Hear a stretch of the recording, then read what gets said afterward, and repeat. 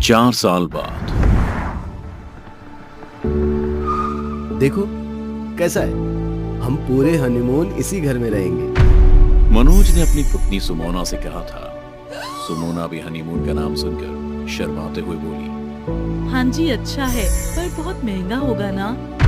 हाँ है तो, पर तुमसे महंगा नहीं। मनोज ने सुमोना से रोमांटिक अंदाज में किसी हीरो की तरह कहा था, जिसे सुन सुमोना शर्माते हुए सीधा घर में चली गई और मनोज एक धीमी मुस्कान अपने चेहरे पर सजाया वापस सामान लेने चला गया था। ओ साहब जी, पूरा हिमाचल छोड़ के आपको यही गांव मिला क्या हनीमून मनाने के लिए? आपको इस गांव की हकीकत पता भी है? मनोज गाड़ी से सामान उतार रहा था, तभी ड्राइवर ने मनोज से डरते हुए कहा था। ड्राइवर को लगा था कि शायद उसकी बात सुनकर मनोज डर कर कहीं और चला जाएगा, पर मनोज के कानों में जूं तक नहीं लगी, बल्कि उसने ड्राइवर से मुस्कुराते हुए कहा, मालूम है ड्राइवर साहब, सब पता कर लिया है, आप बेफिक्र रहिए, कुछ नहीं होगा हमें। मनोज की बात सुनकर ड्राइवर मन ही मन उसे पागल करार दे चुका था। मनोज जब सामान लेकर ऊपर पहुंचा तो उसकी नजरें सुमोना को तलाशने लगी।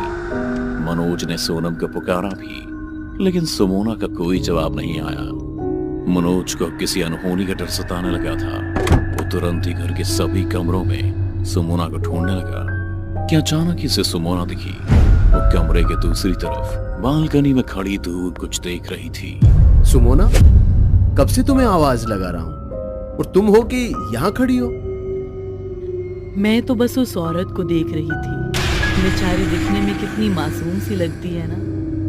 कौन औरत? सामने तो कुछ भी नहीं है, खाली मैदान है और बस एक गुलमोहर का पेड़ है, और तो कुछ भी नहीं है। हाँ, उसी पेड़ के नीचे देखो।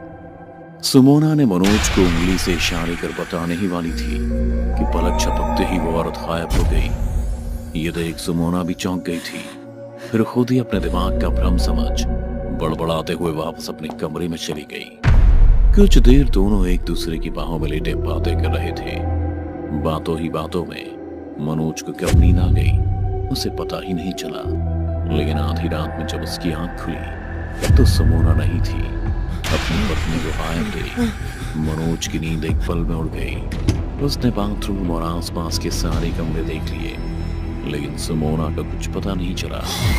तभी मनोज के मन में सुबह की बालकनी का ख्याल आया। यही सोचकर जब मनोज उसी कमरे के दूसरी तरफ की बालकनी में गया तो देखा सुमोना किसी लाश की तरह एक जगह खड़े होकर सामने किसी को देख रही है। मनोज को अब सच में ड्राइवर की बातों का एहसास हो रहा था, पर फिर भी खुद पर हिम्मत कर मनोज ने सुमोना के कंधे पर हाथ रखकर पूछा, इतनी रात में अकेली खड़ी यहाँ क्या कर रही है? चलो अंदर, ठंड लग जाएगी। ठंड तो उसे भी लग रही होगी ना, मैं उसे कुछ कपड़े दे आऊं? कैसी बात कर रही हो तुम? और किसको ठंड लग रही है? वहाँ सामने देखो, वो उस गुलमोहर के पेड़ के नीचे एक औरत खड़ी है। वो मुझे कब से देख रही है, शायद मुझसे कुछ कहना चाहती है। मैं एक बार उसके पास जाऊं?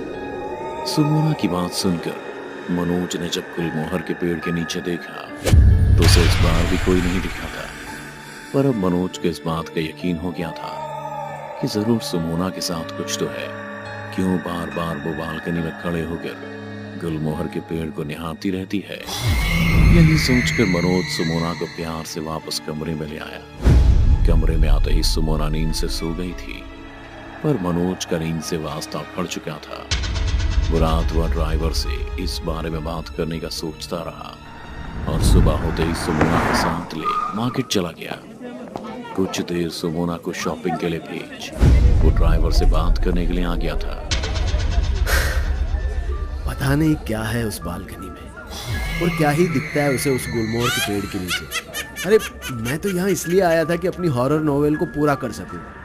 सोचा था फील आएगी तो कुछ नया लिखूंगा, पर जब से यहाँ आया हूँ तब से मूड खराब है। तुम बस एक काम करो, जल्दी से जल्दी हमें यहाँ से दूर ले चलो। मनोज अभी ड्राइवर से बोल ही रहा था, तभी ड्राइवर ने देखा कि दूर खड़ी सुमोना इमली खा रही है। ये देख ड्राइवर के होश उड़ गए।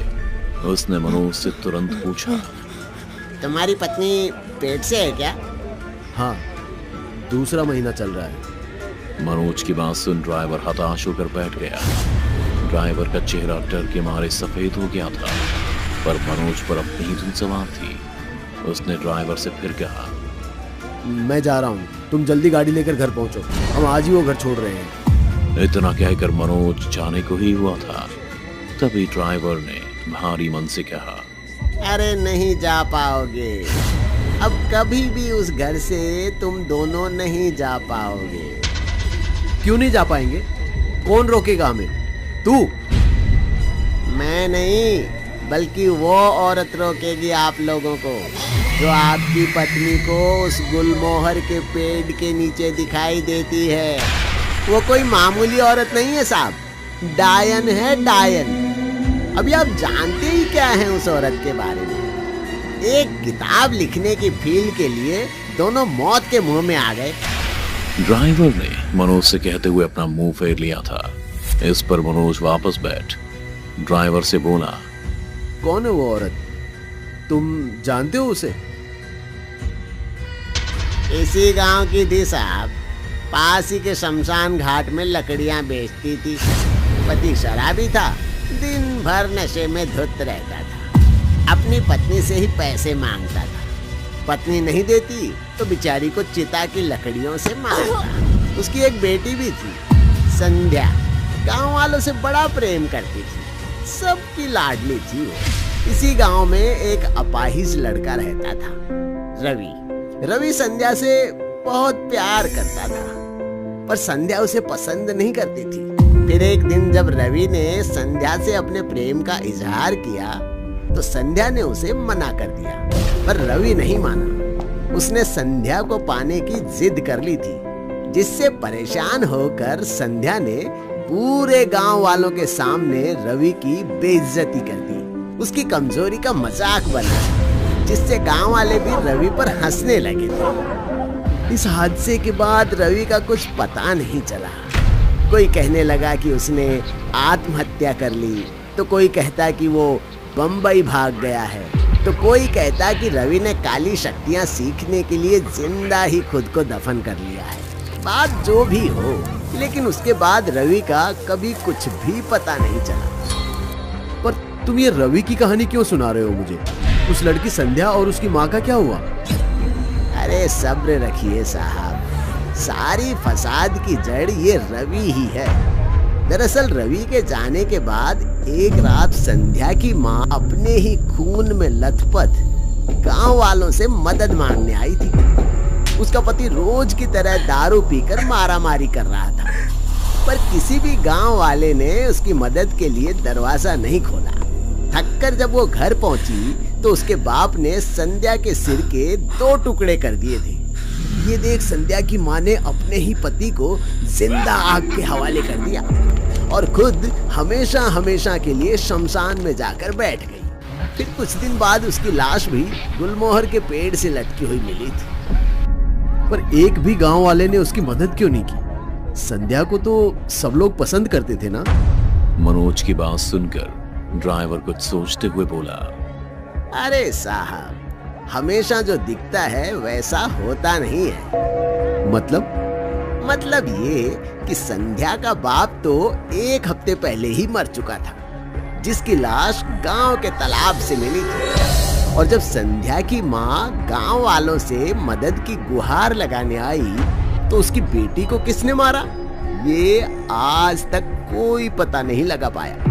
बस इतना पता है कि संध्या के मरने के 4 महीने के अंदर ही पूरा गांव भूतिया हो गया। 1-2 हफ्ते में गांव के किसी न किसी घर में किसी न किसी की मौत होने लगी। सबको लगने लगा कि ये शायद संध्या के माँ पापा या फिर खुद संध्या का काम हो सकता है, जो मरने के बाद अपना बदला ले रही है। पर सारी बातें झूठी निकली, किसी के हाथ कुछ नहीं लगा।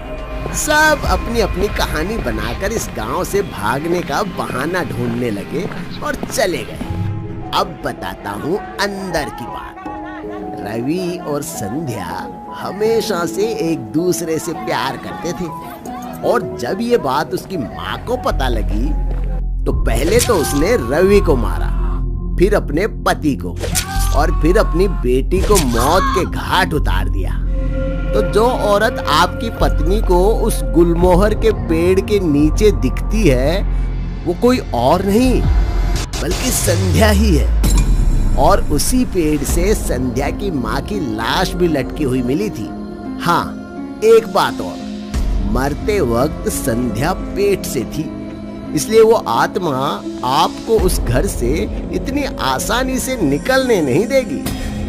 मनोज ड्राइवर से सारी कहानी जान दंग था। उसे किसी भी हाल में अपनी पत्नी सुमोना के साथ सही सलामत घर से निकलना था। यही सोचकर वो तुरंत ही अपनी पत्नी के साथ बाजार से घर आ गया। फिर सारा सामान पैक कर घर से बाहर कदम ही रखा था, तभी उसकी पत्नी सुमोना बेहोश होकर जमीन पर गिर गई। सुमोना को बेहोश होते देख मनोज को डर सताने लगा था। तुरंत ही डॉक्टर को बुला उसने सुमोना के सारे टेस्ट करवा दिए, लेकिन फिर भी सुमोना होश में नहीं आ रही थी। मनोज सुमोना के पास बैठा हुआ गुलमोहर के बारे में सोच ही रहा था, और जब उससे रहा नहीं गया वो हाथ में पेट्रोल लिए उस गुलमोहर के पेड़ को जलाने को चल दिया। तू जो कोई भी है, मुझे पता है तेरी वजह से मेरी पत्नी की आज ये हालत है। जल्दी से उसे ठीक कर दे, वरना मैं तुझे जलाकर राख कर दूंगा। मनोज गुस्से में पेड़ से कहता हुआ उस पर पेट्रोल छिड़क रहा था। उसके इतना कहने पर भी जब कोई उसके सामने नहीं आया तो मनोज जेब से लाइटर निकाल पेड़ को जलाने ही वाला था। तभी एक बंदा मनोज की गर्दन में गिरा। इससे पहले वो कुछ समझ पाता, अगले ही पल फंदे ने मनोज की गर्दन को जकड़ लिया और उसे हवा में उठा उसका दम घोटने लगा। मनोज हवा में अपने पैर को रखता हुआ अपनी एक सांस के लिए तड़प रहा था। फिर देखते ही देखते उसके पैर शांत हो गए। उसकी आंखों की पुतलियां गद्दे से लटक चुकी थी। मनोज अब मर चुका था।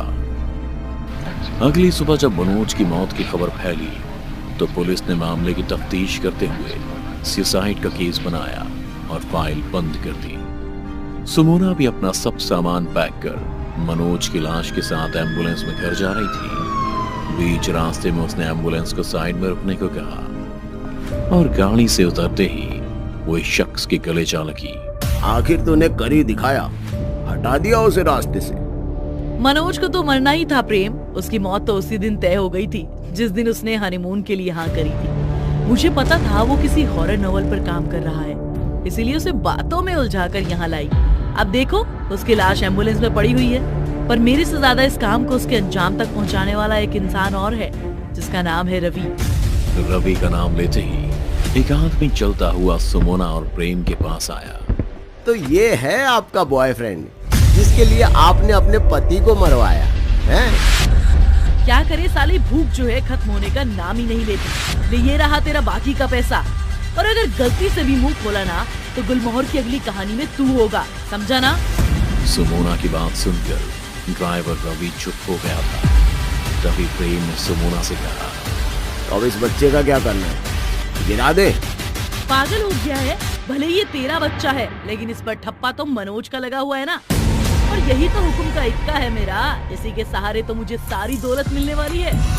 सुमोना का ये कमीनापन देखकर प्रेम और रवि भी चौंक गए थे, पर किसी ने कुछ नहीं कहा। और जब दोनों जाने को हुए ही थे कि अचानक ही रवि नीचे गिर गया। इस वजह से उसकी एक नकली टांग बाहर निकल गई थी, पर दोनों में से कोई भी उसकी मदद के लिए आगे नहीं आया और एम्बुलेंस में बैठकर चले गए।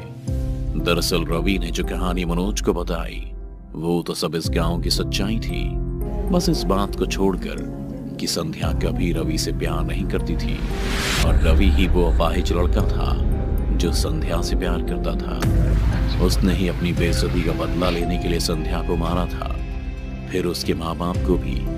पर गांव वालों का कहना है कि उन्हें आज भी किसी औरत की आत्मा उस गुलमोहर के पेड़ के नीचे दिखाई देती है। पर सुमोना ने जो कुछ भी मनोज को बताया था वो बस सिर्फ एक झूठ था, ताकि वो भूत का सहारा लेकर मनोज को मारकर इस शादी के रिश्ते से आजाद हो सके।